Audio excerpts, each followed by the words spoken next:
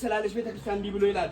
ራዕይ መጽሐፍ ምዕራፍ 2 ቁጥር 8 ላይ ራዕይ መጽሐፍ ምዕራፍ 2 ቁጥር 8 ላይ ሰርመኔስ ቤተክርስቲያን ምን እንደምትመስል ይዋት። በሰርመኔስ ስም ወዳለች ወደ ቤተክርስቲያን መልአክ እንዲህ ብለህ ጻፍ። ሞቶ የነበረው ሕያውም የሆነው ፊተኛና መጨረሻው እንዲህ ይላል፣ መከራና ድህነትን አውቃለሁ። ለካ እግዚአብሔር የሚያውቀው ድህነት አለ። እግዚአብሔር የሚያውቀው መከራ አለ። እግዚአብሔር ጋር ሆኖ ለካ መከራ ነፃ ሕይወት የለም። ኢየሱስ ክርስቶስ እንዲህ አላቸው፣ በዓለም ሳላችሁ መከራ አለባችሁ። የሰርመኔስ ቤተክርስቲያን እግዚአብሔር እንደዚህ አላት።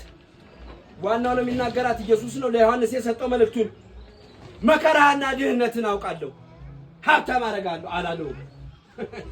ባንክ ቡክ ይሞላል አላለውም። መጽሐፍ ቅዱስ አይልም።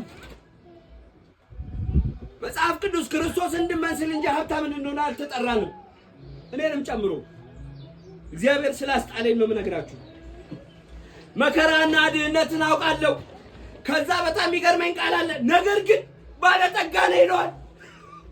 ወዳጆቼ ሰው ለካ የሚበላው አጥቶ ባለጠጋ በእግዚአብሔር ፊት መሆን ይችላል። ሰው ለካ የሚለብሰው አጥቶ በእግዚአብሔር ፊት ባለጠጋ መሆን ይችላል። የሰው ባለጠግነቱ ለካ እምነቱ እንጂ ልብሱ አይደለም፣ ገንዘቡ አይደለም። ወዳጆቼ ልጆቻችሁ አይደሉም፣ ንብረታችሁ አይደሉም፣ ባሎቻችሁ አይደሉም። ባለጠጋ የሚያስብላችሁ እግዚአብሔር ምን ያህል ከእናንተ ጋር አለ።